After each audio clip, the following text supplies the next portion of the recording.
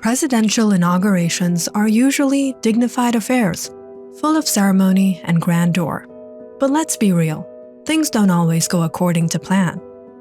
Over the years, these big days have been filled with awkward, hilarious, and downright strange moments that remind us even the most historic events can go off the rails. So before we break down President Trump's second inauguration, let's take a stroll through some of the weirdest and funniest inaugural moments in history. Because if his first one was any indication, we're in for a treat. Let's start our journey in 1853, when Franklin Pierce was sworn in as the 14th president. The inauguration was marred by one thing: weather. A cold front moved into Washington, D.C., bringing freezing rain and snow.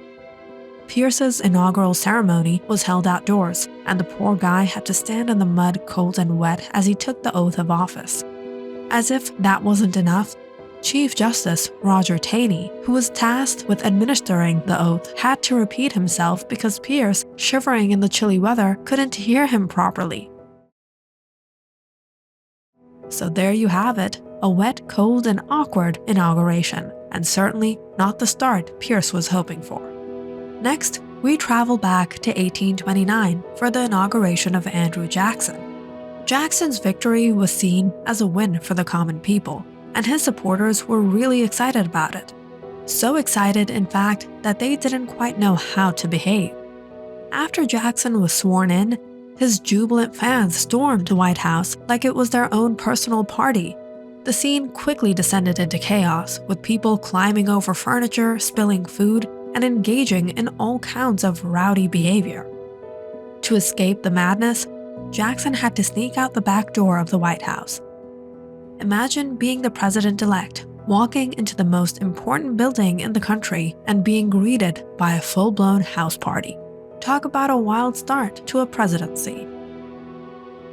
Now let's talk about one of the most infamous inaugurations in history, William Henry Harrison's. Harrison's inauguration, held on a chilly day in March 1841, is memorable for a couple of reasons. For one, it was one of the longest inauguration speeches ever delivered. Harrison, eager to show off his eloquence and stamina, spoke for over 2 hours. Unfortunately, the speech was delivered in freezing weather, and to make matters worse, Harrison didn't bother wearing a coat. As a result, he caught a cold that quickly turned into pneumonia, and just 31 days into his presidency, he passed away. This made Harrison the shortest-serving president in American history. So if you're ever tempted to deliver a long, cold speech, just remember, William Henry Harrison's presidency didn't survive it. Fast forward to 1969 and Richard Nixon's inauguration. This one wasn't exactly disastrous, but it certainly had its odd moments. After the ceremony, Nixon got into a car, only it wasn't his car. In a hilarious mix-up, the Secret Service agents whisked Nixon away in the wrong vehicle, taking him on a ride around Washington, D.C. Nixon, sitting in the back seat, had no idea where he was going. Meanwhile, his actual car, with the rest of his staff and dignitaries, was waiting back at the curb. It was a classic case of wrong car, right president. One would think the Secret Service might have triple-checked the vehicle, but hey, at least it provided a little bit of lighthearted drama on an otherwise serious day. In 1963, after the tragic assassination of President John F. Kennedy, Vice President Lyndon B. Johnson was sworn in as president mid-air. The ceremony took place aboard Air Force One, which was en route back to Washington, D.C. after the assassination. The whole country was still reeling from the shocking event, not exactly the usual pomp and circumstance associated with inaugurations, but certainly one of the more unusual moments in U.S. presidential history. In a strange twist, this became an inauguration like no other, one that took place in a moment of national grief as Johnson was sworn in while flying high above the country in the middle of a crisis. Jumping forward to 2009, we have Barack Obama's first inauguration, a historic event for a number of reasons. But there was one small hiccup that made the day slightly less perfect. As Obama was preparing to take the oath of office, Chief Justice John Roberts was holding the Bible, but he couldn't find it. Yes, in the middle of the ceremony, the Bible was briefly misplaced, causing a brief, awkward pause while it was located and handed to Obama. The moment didn't ruin the ceremony, but it did add a touch of unpredictability to an otherwise flawless event. Let's just say the Bible was probably checked a few times before the next inauguration. We come to President Donald Trump's first inauguration in 2017. While the ceremony itself went off without any major issues, it was immediately followed by one of the most bizarre and peculiar moments in recent inauguration history: the crowd size debate. After Trump was sworn in, a heated debate broke out between the media and the White House about the size of the crowd at the ceremony. Trump's team insisted it was the largest crowd to ever witness an inauguration, ever. The field it looked like 1 million, 1.5 million people. They showed a field where there were practically nobody standing there. But photos and videos seem to suggest otherwise. In fact, Press Secretary Sean Spicer famously took to the podium during his first press briefing to tell the media that it was, in fact, the largest audience in inauguration history. The debate became a punchline for many, turning the attention away from the ceremonial aspect of the inauguration to a discussion about crowd measurements. It was an odd way to kick off a presidency, to say the least.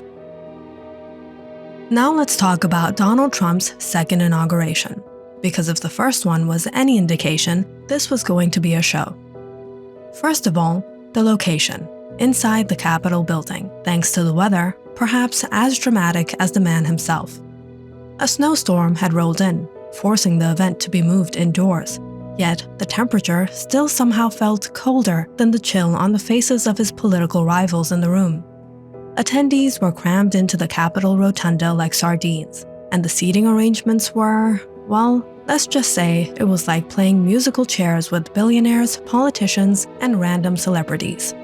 Elon Musk took front row seats, but sadly, no one seemed to notice that the former presidents were just standing awkwardly in the back, trying to make themselves blend into the marble columns. And speaking of absences, Michelle Obama, who has never shied away from voicing her feelings about Trump, was noticeably absent from the event. Former Speaker Nancy Pelosi was also missing, leaving some wondering if it was a political statement of sorts. Then there was the fashion, an always interesting aspect of inaugurations. Melania Trump, ever the fashion-forward figure, sported a large-brimmed hat that almost completely obscured her face, prompting some to wonder if she was trying to avoid the cameras or just setting a new trend. Meanwhile, Ivanka Trump went for a more subdued look with a small beret, which only seemed to highlight the sheer contrast between her and the rest of the guests.